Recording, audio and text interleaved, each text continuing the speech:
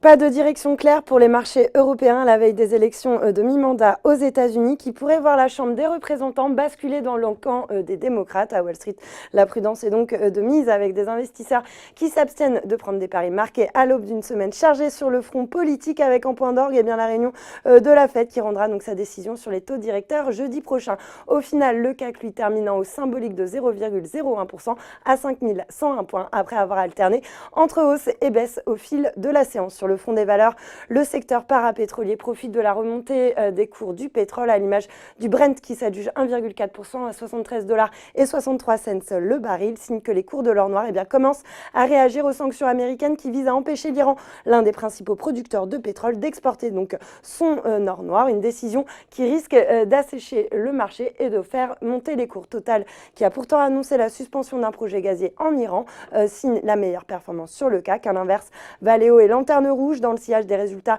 trimestriels dévoilés par Ferrari qui n'a pas relevé ses perspectives pour l'exercice en cours. Spéculation relancée en revanche sur Ingenico qui bondit de 3,85% après l'annonce du départ de son PDG Philippe Lazare qui ouvre la voie donc pour une recomposition du capital alors que le spécialiste des solutions de paiement fait l'objet de marques d'intérêt de la banque Natixis. ST Microelectronics se distingue en baisse dans le sillage de la consolidation du Nasdaq qui recule d'un peu plus de 1% à la mi-séance. Le fabricant français de semi-conducteurs a pourtant annoncé le lancement d'un plan de rachat d'actions pour un montant maximal de 750 millions de dollars sur 3 ans. Kering, de son côté, continue de corriger malgré une note de Morgan Stanley qui cite le spécialiste du luxe ainsi que JC Deco et Pernod Ricard pour jouer l'apaisement des tensions commerciales avec la Chine. Et puis on termine avec Ubisoft, plus forte baisse du SBF 120 qui annonçait avoir censuré des éléments visuels de son jeu Rainbow Six Siege afin d'obtenir l'autorisation de commercialisation